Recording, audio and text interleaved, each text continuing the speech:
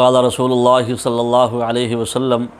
من کان للہ کان اللہ لہ او کما قال علیہ الصلاۃ والسلام اللہم صلی علی سیدنا محمد وعلی آل سیدنا محمد وبارک وسلم۔ عمر بن عبدالعزیز رحمۃ اللہ علیہ ایک بہت بڑے اللہ والے اور ایک بہت بڑے بادشاہ گزرے ہیں۔ ساری زندگی تقوی میں گزار دی، دوسرے بادشاہوں کی طرح اپنے خزانے نہیں بھرے بلکہ نیکی اور تقوی کے ساتھ پرہیزگاری کے ساتھ حکومت کو چلایا، اور ساری زندگی حکومت کا پیسہ حکومت تک محدود رکھا، اپنے ذاتی استعمال کے لیے، اور اپنی جائیدادیں نہیں بنائیں، اپنے بینک نہیں بھرے، بلکہ جو حکومت کا پیسہ ہے اس کو حکومت کے کام میں ہی لگایا ہے۔ چنانچہ جب آخری وقت آیا، عمر بن عبدالعزیز رحمۃ اللہ علیہ کا آخری وقت تھا، تو ایک صاحب آئے، انہوں نے کہا کہ عمر آپ نے ساری زندگی یوں ہی گنوا دی، دوسرے جتنے بھی بادشاہ تھے تو انہوں نے اپنے بچوں کے لیے بڑے بڑے جائیدادیں بنائیں، جو آج وہ ٹھاٹھ باٹھ کی زندگی گزار رہے ہیں۔ عمر بن عبدالعزیز رحمۃ اللہ ارشاد فرمانے لگے،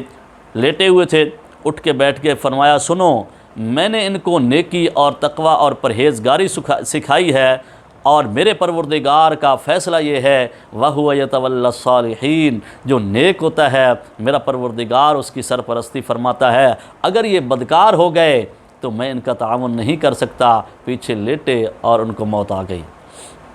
چنانچہ ان کے فوت ہونے کے بعد جو اگلا بادشاہ آیا، اس کو وزراء کی ضرورت پڑی، اس نے بڑی چھان بین کی، لیکن ایسے پڑھے لکھے، ایسے لائق، ایسے نیک، ایسے تقوی اور پرہیزگاری والا اور انسان کوئی نہ ملا۔ انہوں نے عمر بن عبدالعزیز رحمۃ اللہ علیہ کے ایک بیٹے کو ایک علاقے کا گورنر بنا دیا۔ جب انہوں نے دیکھا کہ بڑا اچھا نظام چلا رہا ہے، چنانچہ ان کو دوسرے علاقے کے گورنر کی ضرورت پیش آئی، تو انہوں نے دوسرے علاقے کا بھی عمر بن عبدالعزیز رحمۃ اللہ علیہ کے دوسرے بیٹے کو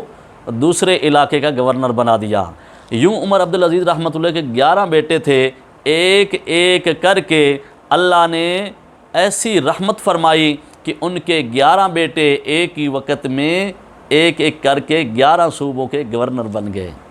کہ جب بندہ اللہ کا ہو جاتا ہے تو اللہ تعالیٰ انسان کی پھر سرپرستی فرماتا ہے، اللہ تعالیٰ مدد فرماتا ہے۔ ان تقوی اور پرہیزگاری سکھائی تھی، اس تقوی کی بنیاد پر میرے پروردگار نے غربت کے باوجود اللہ نے ان کو بڑے بڑے عہدوں پر فیض یاب فرما دیا۔ اور جن بادشاہوں نے اپنے اولادوں کے لیے مال چھوڑا تھا اور حکومت کے مال میں سے اپنی اولادوں کی جائیدادیں بنائی تھیں، بینک بھرے تھے، ایک بزرگ فرماتے ہیں میں نے ان کو